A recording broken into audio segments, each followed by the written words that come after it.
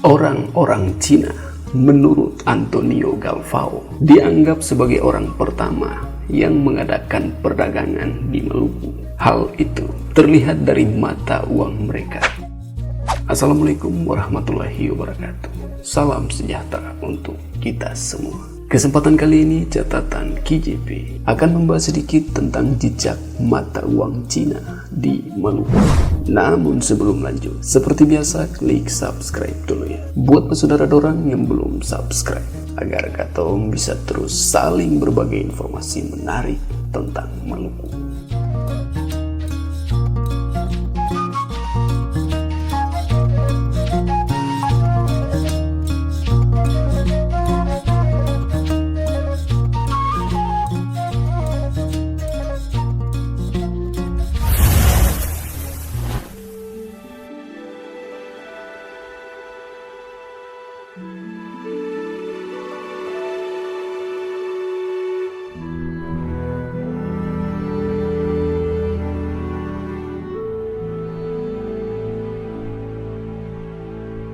Di seantero jagat raya ini dan di belahan negara manapun, rasanya tidak sulit untuk menemukan perkampungan Cina. Hal itu tidak mengherankan, sebab bangsa Cina merupakan bangsa yang telah sejak lama melakukan perdagangan di seluruh dunia, termasuk Maluku.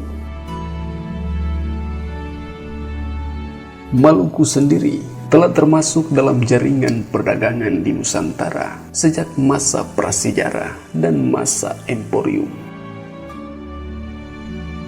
Para pedagang mancanegara telah berhubungan dengan penduduk Maluku dalam perdagangan berbagai jenis komoditi, terutama rempah-rempah.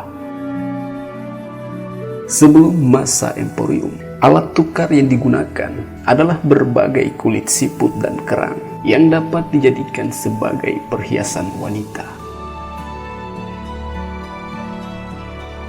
Penduduk juga melakukan perdagangan cara barter dengan para pedagang dari berbagai wilayah di Nusantara atau mancanegara. Masyarakat di Kepulauan Maluku memperdagangkan barang-barang dari luar daerah di pasar, dan tiap desa mempunyai hari pasar tertentu. Barang jualannya dibawa dalam keranjang yang disebut saloi, yang diberi tali untuk digantungkan pada bahu dan punggung. Bisnis perdagangan lokal ini biasanya dilakukan kaum wanita.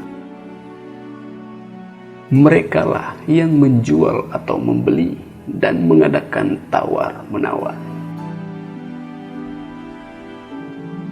Menurut Antonio Galvao, orang pertama yang mengadakan perdagangan di Maluku adalah orang-orang Cina.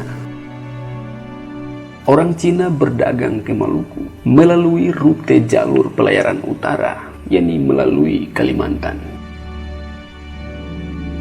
Pelabuhan terbesar yang dapat digunakan untuk berlabuh dan menjadi pusat perdagangan adalah Pulau Makian di wilayah kekuasaan Bacan.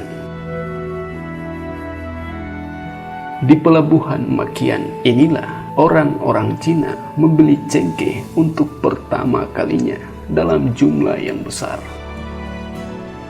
Uang yang digunakan sebagai alat tukar saat itu adalah fang, yang merupakan mata uang Cina. Bentuk fisik uang ini adalah logam. Dalam buku Sejarah Kebudayaan Maluku yang diterbitkan Departemen Pendidikan dan Kebudayaan RI tahun 1999, selain fang, mata uang Cina lain yang digunakan pada zaman itu adalah mata uang kepeng. Kepeng adalah mata uang yang cukup masif, tersebar di seluruh Nusantara, bahkan Asia Tenggara. Sama halnya dengan fang, kepeng juga berbentuk logam yang dibawa oleh para pedagang Cina. Hingga kini, jejak kedua mata uang ini, yakni fang dan kepeng, masih bisa dijumpai di Maluku, namun bukan dalam bentuk fisik, melainkan dalam konteks kebahasaan, di mana kedua mata uang tersebut diadopsi ke dalam bahasa lokal. Fang telah diserap ke dalam bahasa daerah Ternate yang mana artinya merujuk pada uang. Sementara kepeng diadopsi ke dalam bahasa Ambon yang artinya adalah uang.